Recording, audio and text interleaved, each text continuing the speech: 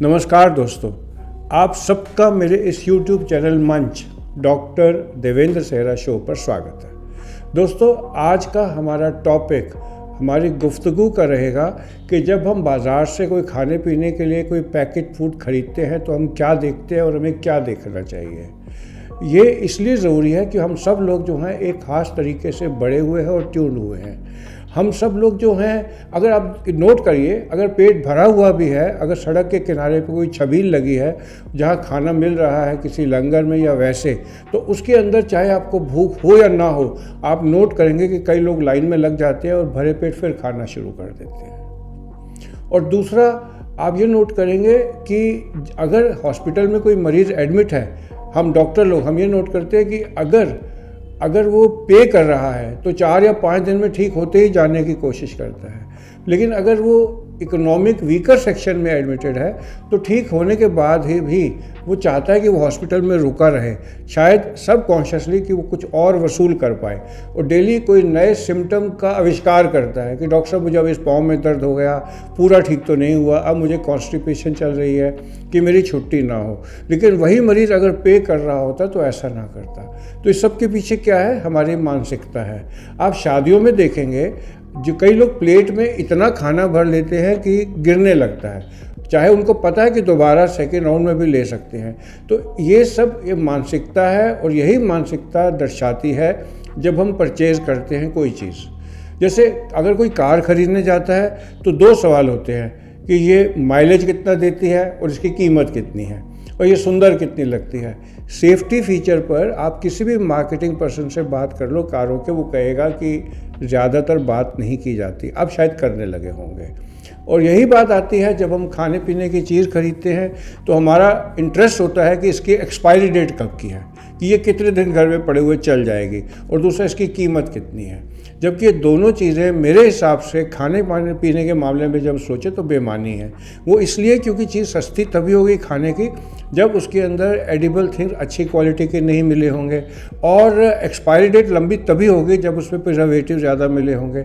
और प्रिजर्वेटिव वो होते हैं जो बैक्टीरिया को हार्म करते हैं, जो गंदे बैक्टीरिया को या अच्छे बैक्टीरिया को, जो हमारे इंटेस्टाइन के अंदर प्रोबायोटिक्स के लिए जो अच्छी तरह आने चाहिए या प्रीबायोटिक होने चाहिए, उनको ठीक ग्रो नहीं करने देते, ताकि वो खुद भी अंदर उनके इन्फेक्शन ना आ जाए, और अगर आपके इंटेस्टाइन में जाएंगे तो आपके इंटेस्टाइनल सिस्टम को ख़राब करेंगे।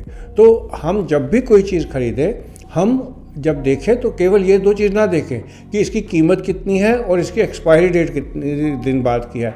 अव्वल तो वो चीज़ ले ही नहीं जो कि प्रिजर्वेटिव के साथ मिली हुई हो, और अगर ले भी तो प्रिजर्वेटिव कौन से टाइप का है, हम सबको मेंटली अवेयर होना चाहिए। ये सारा मुद्दा मैंने उठाया क्यों?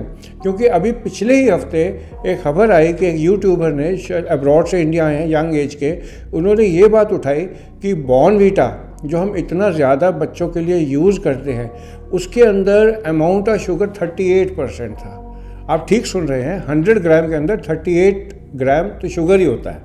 और इस बात पर काफ़ी कंट्रोवर्सी हुई, और मैं पर्सनली तो इतना जानता नहीं, लेकिन जो न्यूज़पेपर रिपोर्ट्स आई हैं कि उनको एक लीगल नोटिस भी भेजा गया कंपनी द्वारा, अगर बाद में कंपनी ने अपने जो प्रोडक्ट है उसमें ग्लूकोज कंटेंट कम करके शायद 32% कर दिया, कहाँ 40% के करीब और कहाँ 30% के करीब, क्योंकि कंपनी भी अवेयर थी कि वो ज़्यादा शुगर वाला चीज़ दे रही है। और बॉर्नवीटा अगर मदर अपने बेटे को देती है, बच्चे को देती है, ये सोचते हैं कि उसमें ताकत जा रही है, तो उनको पता होना चाहिए कि वो ग्लूकोज दे रही हैं इतना। तो ये सारी बातें आप तभी सीख पाएंगे जब आप अपने जो लेबल होते हैं खाने के, उसमें फाइनल प्रिंट ज़रूर पढ़ें, और फाइनल प्रिंट्स को ध्यान से पढ़ें। कई बार वो इतना छोटा लिखा होता है कि आप पढ़ नहीं सकते। तो बेस्ट चीज़ जो मैं करता हूँ, मैं अपने मोबाइल से उसकी फ़ोटो खींच लेता हूँ और उसको एक्सपैंड करके देख लेता हूँ। जितना छोटा प्रिंट होता है उतने लिए आपके लिए वो ज़्यादा ज़रूरी होता है। तो मैं आपको बस आज के लिए यही कहना चाहता था कि आप जो खा रहे हैं उसके लिए पैकेज फूड के अंदर केवल कीमत मत देखिए, केवल एक्सपायरी डेट मत देखिए, ये देखिए कि उसके अंदर कंटेंट क्या क्या है और कौन सा प्रिजर्वेटिव मिला हुआ है।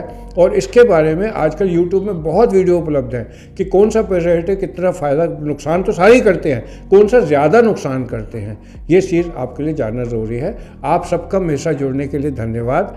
इस तरह के अपडेट मैं आपको देता रहूँगा।